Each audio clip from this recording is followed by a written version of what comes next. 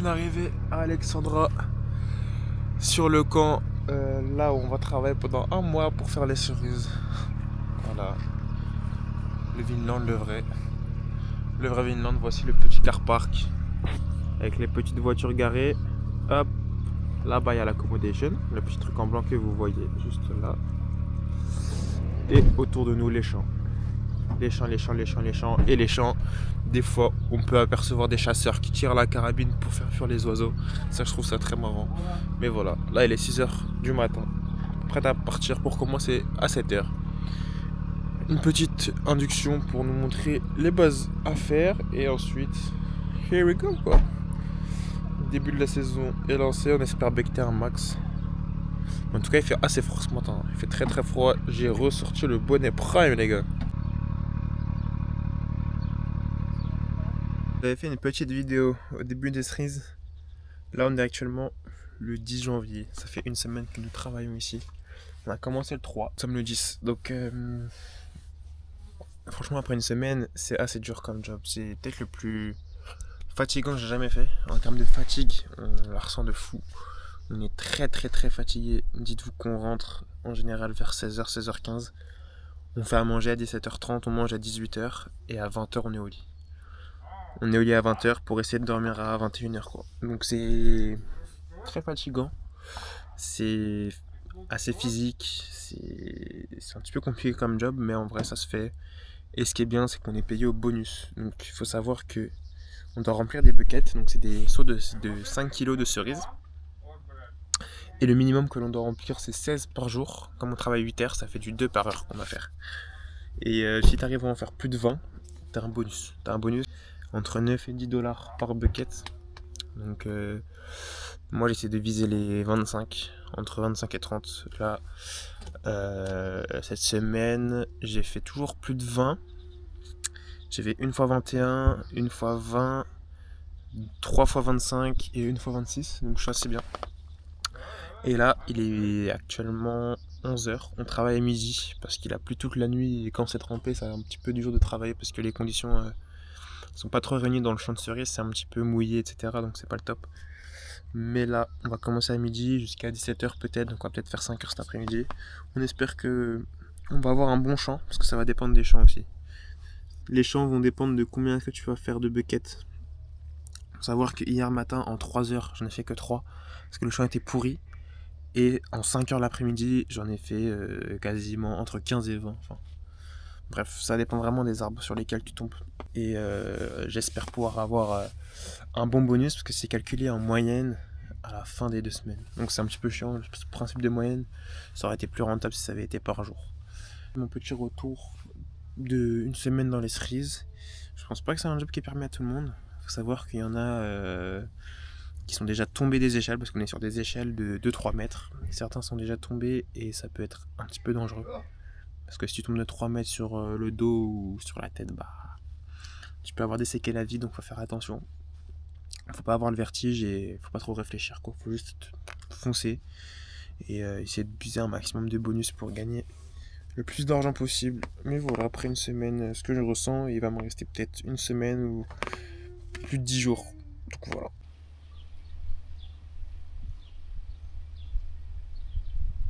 Kitchen, c'est mitraillette. Avec La mon ami kitchen est belge. devenue baraque à frites. Baraque à frites.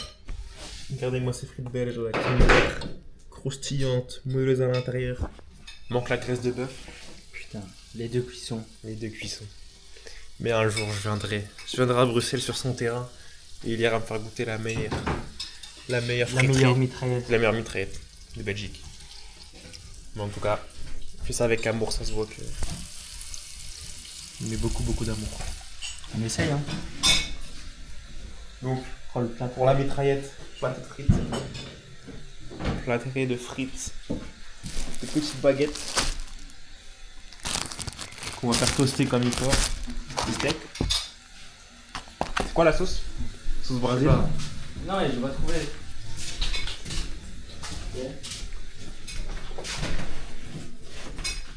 Pili mayonnaise. mayonnaise. Hyper tartare. Hein. J'ai du tartare. Tomorrow, mate.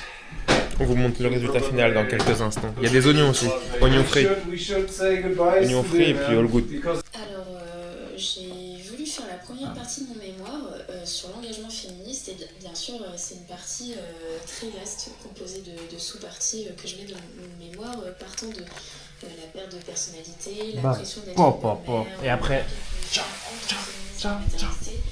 et surtout, je voulais avoir leur vision du mouvement. Le but, c'était de capturer leur propre.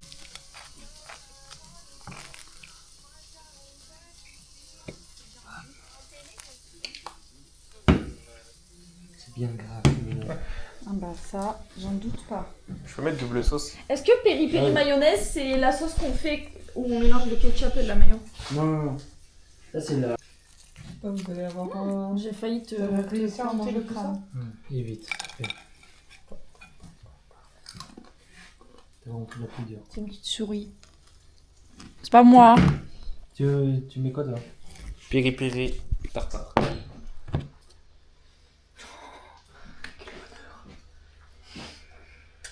Wesh. Eh oui mon pote. Puis, Oui. je me suis lavé les mains. Je me suis lavé les mains. Ouais. Beaucoup d'amour. Ça donne envie. Sont tes œufs, toi? J'ai déjà mangé. Oh là là. Moi ça c'est... Ce monstre. Sont meilleurs, mais peut-être elles sont plus croustillantes. Apparemment, ça s'appelle une mitraillette en Belgique. Et avec ça... Regardez-les. Il y a le blogueur d'ailleurs Un qui ami fait sa belge. chaîne YouTube. Quelle régalade. Bon appétit. Bon appétit. Vous voyez un Bon petit peu nos aventures. Bon appétit. Regardez ce qu'ils mangent, c'est gros là.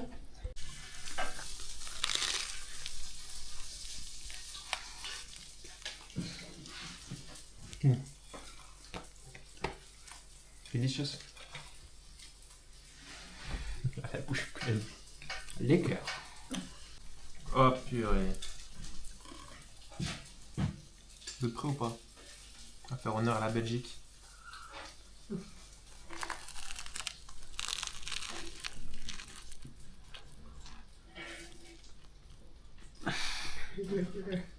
Alors, comment c'est?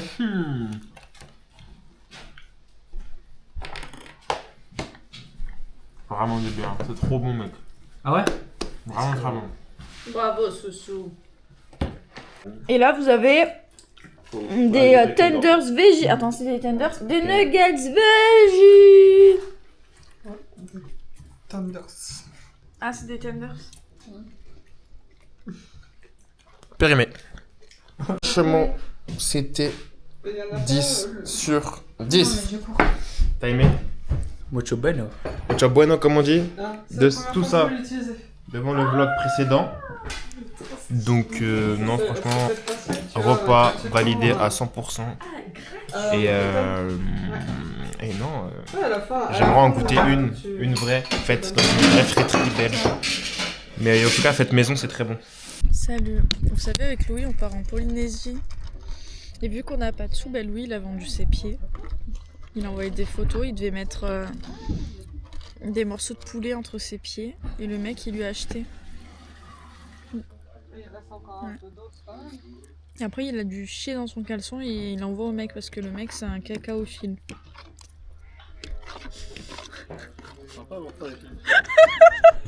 Désolé, j'écoute pas. Ce soir, c'était à mon tour de cuisiner pour l'ami Soussou. C'était à mon tour. Et voici ce que nous avons cook. Les vraies pâtes carbonara.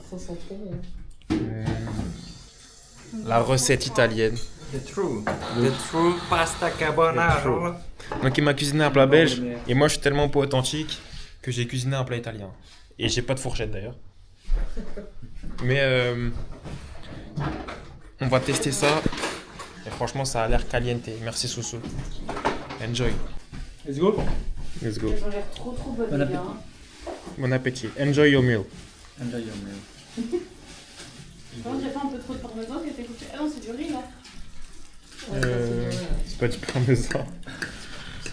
Non mais l'autre. Du parmesan. Ok les gars, il est temps de vous faire un accommodation tour. Après 10 jours passés à la ferme ici, Donc, faites pas attention au bruit.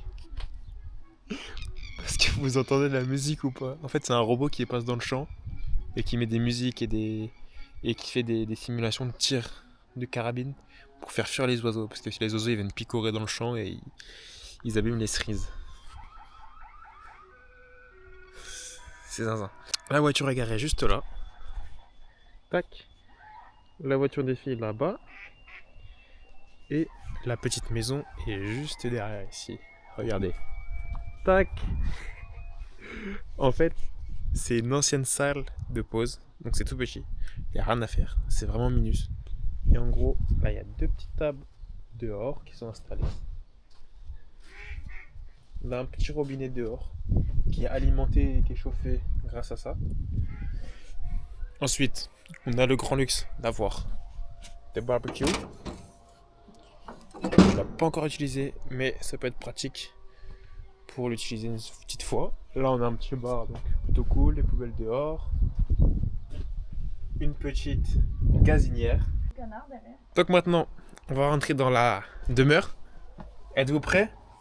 Moi, je suis pas prêt.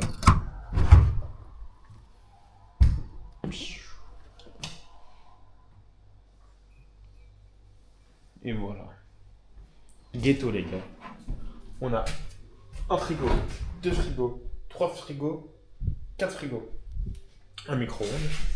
Plutôt pratique. Ensuite, nous avons tout ce qui est couvert, la table vraiment dégueulasse, mais bon, on vit à plus de 10 là-dedans, donc il faut faire des efforts. Petit grille-pain, ça c'est un truc pour cuire, c'est vraiment pas mal ce truc-là, je recommande. Pour ceux qui viendront ici, je recommande. Une plaque, 2 plaques, 3 plaques, 4 plaques, plutôt efficaces même si elles sont vraiment nulles, ça fait le taf. On a même un cuiseur à tacos, un petit, on a les ustensiles. Et puis un deuxième robinet pour faire la vaisselle. Regardez aussi ce qu'on a. Un impact de balle sur la vitre. Donc ça c'est parce que en plus du robot qui fait mumuse là, qui s'amuse, il y a des chasseurs qui tirent à bout portant sur des oiseaux pour les faire fuir. Donc il y a dû avoir un chasseur qui a lopé son tir et c'est allé droit dans la vitre. Donc voilà. Sinon tout va bien.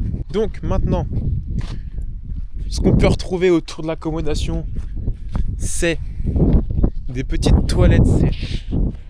Je vais vous montrer le fond des toilettes. Non, ça c'est faux, je vous ferai pas ça quand même les gars. Ce serait vraiment malhonnête de ma part de vous faire ça. Mais en gros, se présentent des petites toilettes jaunes, comme ceci. Tac. Où je vais aller faire un petit pipi d'ailleurs, vous venez avec moi. Sinon c'est pas drôle. Je dirais pas qui, mais quelqu'un vient de chier. Ce qui est bien, c'est qu'il n'y a pas besoin de tirer la chasse là-dedans. Trop pratique hein, pour les flemmards comme moi.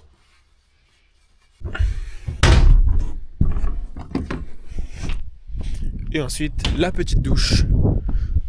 Voilà. Ghetto. Ça sort par là. Et c'est alimenté par une bouteille de gaz. Voilà les gars. Un peu ghetto l'accommodation tour, je vous mens pas. Mais on est vraiment à même la ferme quoi. Là il y a les petits pommiers autour de nous. Là-bas il y a les champs de cerises. Enfin, vraiment mais là, le calme le plus complet. Et ça n'a pas de prix ça les gars. Les gars, petit débat dans les commentaires. Oh là là. Joseph pour vous. Est-ce que ça vous fait penser plutôt aux juifs ou aux chrétiens, Joseph? C'est un petit débat qu'on a avec Chloé. C'est mal fini. Mais on a envie de savoir. Vous savez comment ça a fini? Qu'on sait plus parler. Genre on a chacun travaillé dans notre coin. Casque, écouteurs, on se parlait plus. Moi j'étais là. Joseph c'est catho. Lui il était là. Joseph c'est juif. On ne se parlait plus dans la voiture. Il me dit, tu vas me faire la gueule pour Joseph là? Bref, terrible. L'embrouille la plus bizarre que j'ai eue de toute ma vie. Mais franchement, les gars, n'allez pas dans mon sens, n'allez pas dans son sens. Donnez votre avis. Mais pour moi, Dans mon sens. tous les Joseph que je connais, Mon sens. sont juifs. Même quand je regarde des films, quand je regarde des films sur la guerre et tout, bah le petit s'appelle Joseph. Après voilà, c'est Bah, va parler à Jésus. mon expérience. Mais le daron à Jésus, c'est Joseph. Bah oui. Ça, je peux pas le nier. Mais dites-moi dans les commentaires, ok?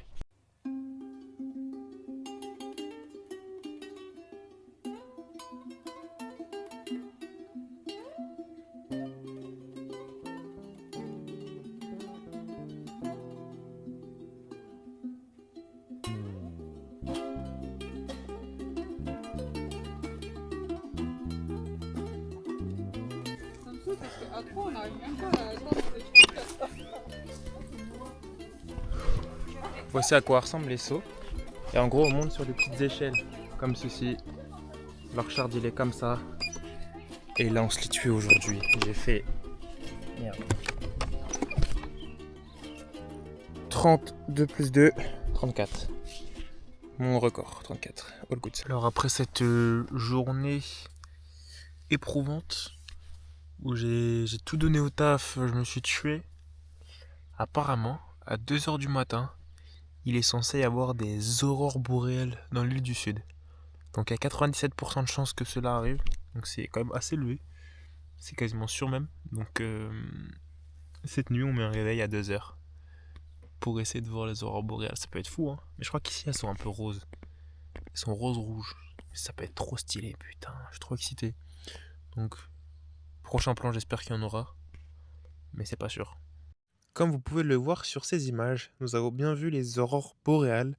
C'était plutôt des aurores australes apparemment que nous avons vues, mais elles étaient visibles qu'à travers du coup le mode nuit de notre iPhone. Donc on ne pouvait pas les voir à l'œil nu, on voyait juste des lumières dans le ciel, mais ce n'est pas du tout cette couleur-là qu'on voyait. Et je ne pouvais pas faire de vidéo non plus, parce que les vidéos sur l'iPhone, tu ne peux pas mettre le mode nuit. Mais voilà ce qu'on a vu, en tout cas c'était magnifique à travers le téléphone.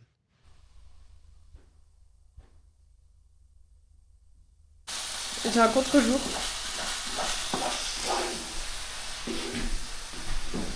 C'est la fin des cerises? C'est la fin des cerises. Je suis la plus heureuse. Pas pour Louis. Louis, c'est son dernier jour. Demain. Mais nous, c'est... Ciao. Pressé de finir les cerises? Pressé. Et franchement, j'espère que ça va être demain parce qu'il est prévu de pleuvoir. Et s'il pleut, on va peut-être repousser ça d'un jour ou deux. Donc j'espère que demain il ne pleut pas et qu'on finit sur cette journée de jeudi avec mon ami Georges. Mon chèque ami. Ça va être sympa tous les deux. Sur des petites cuisines. Avec du petit corps récupéré dans les poubelles de Alexandra. Je suis éboueur et piqueur de cerises. Oui, voilà.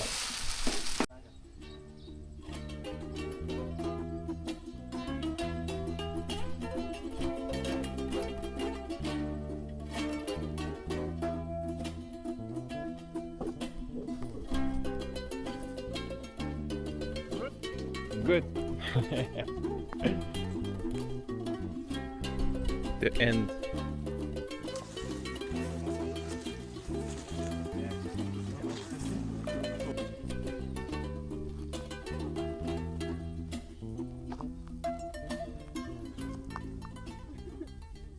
Ok les gars, l'ami Yeri, George, va me faire tester de l'alcool.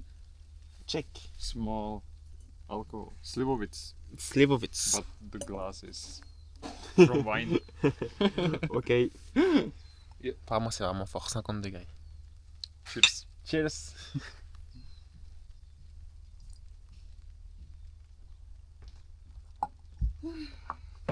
Wow. It's strong. It is quite. Wow. It's good. Do you want more? No, thank you. It's nice. It's nice. It's nice. And it's better because when I took it from my home, my dad Yeah. gave me, and he gave me 3 liters. 3 liters. You have drink all the. Wow. Usually with good people, only small, very small. If amount. you drink 200 millimeters, you are drunk after that. Yeah, It's so you strong. are. You are. Yeah. It's really strong. J'ai aussi déposé ma voiture à Smith & Smith aujourd'hui pour réparer ma vitre de voiture. Donc ils me l'ont réparé. C'est bon. Vitre toute neuve. Pare-brise tout neuf. Donc impeccable. C'est magnifique. Ça a réparé gratuitement. Il a fait ça bien. Je suis trop content. Mais maintenant il n'y a plus qu'à se barrer. Normalement les soucis de véhicule sont réglés. À part quand je l'allume, ça fait un bruit de ventilation. Je sais pas ce que c'est exactement. Mais j'ai fait checker ma voiture au garage et ils m'ont dit que c'était rien. Donc, regardez, écoutez le bruit. Vous entendez ce bruit-là là? Le bruit du... Ah, ça me le fait quand j'ai les match-up alors qu'il n'y a rien qui est allumé en termes de ventilation, de clim, il n'y a rien du tout. Donc c'est assez chelou, mais bon. Il m'a dit que c'était rien. Donc on lui fait confiance. Sur ces petits plans de fin, il est temps de marquer justement la fin des cerises.